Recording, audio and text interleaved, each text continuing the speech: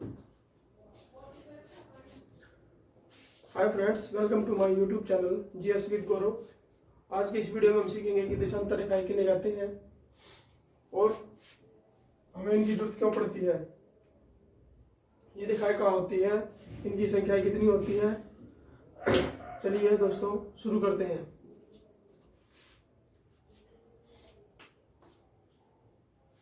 उत्तरी ध्रुव को दक्षिणी ध्रुव से मिलाने वाली काल्पनिक रेखाएं देशांतर रेखाएं कहलाती हैं।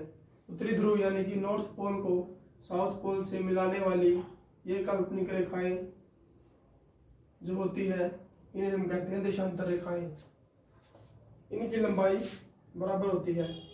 नॉर्थ पोल से साउथ पोल की तरफ जब हम जाएंगे तो जितनी बार भी हम जाएंगे साउथ पोल से नॉर्थ पोल की तरफ उतनी बार हमें सेम दूरी तय करनी पड़ेगी और इसीलिए देशांतर रेखाओं की जो लंबाई होती है वो हमेशा बराबर होती है।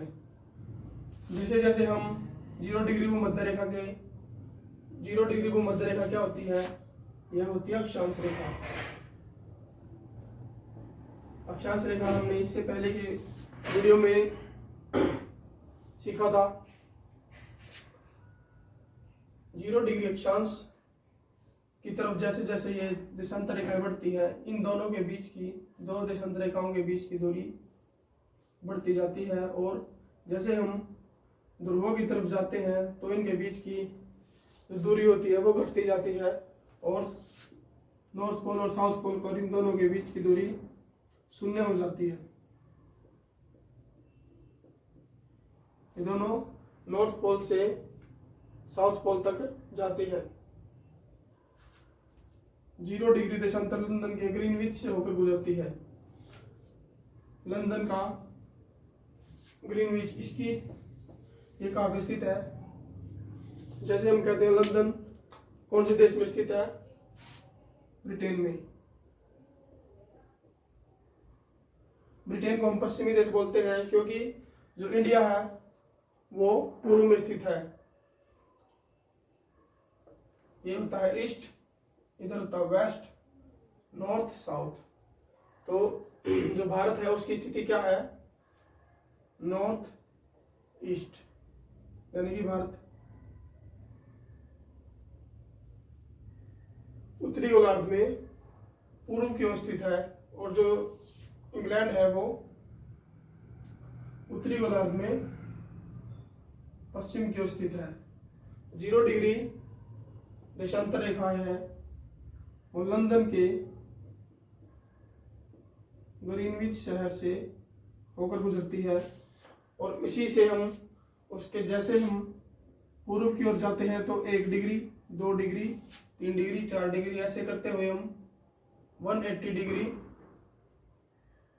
ईस्ट तक जाते हैं और पश्चिम में जाते हुए 180 डिग्री वेस्ट की तरफ जाते हैं।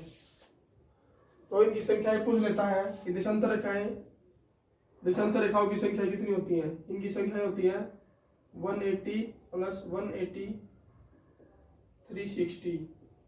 क्योंकि पृथ्वी गोल है इसलिए जो 180 डिग्री पूर्वी रेखा देशांतर रेखा और 180 डिग्री पश्चिमी देशांतर रेखा एक ही बिंदु पर एक ही रेखा पर आगे मिलते हैं, इसलिए हम इनको एक माइनस कर देते हैं 359 और 359 और 0 डिग्री होती है देशांतर रेखा, इसको प्लस करेंगे तो 360, यानी कि देशांतर रेखाओं की जो टोटल संख्याएं हैं वो 360 होती है। ये समानांतर नहीं होती।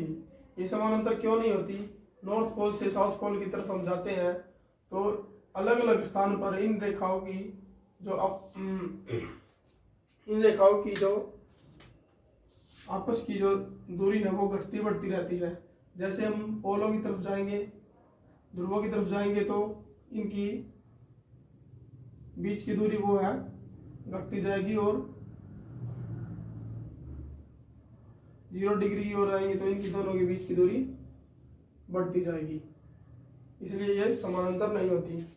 1 डिग्री देशांतर को पूरा करने के लिए पृथ्वी 4 मिनट लेती है। क्योंकि हम पृथ्वी को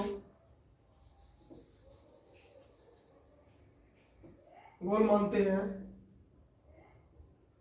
इसलिए एक चक्कर लगाने के लिए पृथ्वी को 360 डिग्री घूमना पड़ता है। और 360 डिग्री घूमने के लिए 24 घंटे का समय पृथ्वी लेती है। और एक देशांतर यानी कि मान लो ये 1 डिग्री देशांतर है, ये 2 डिग्री देशांतर है, तो इसको पार करने के लिए पृथ्वी 4 मिनट का समय लेती है।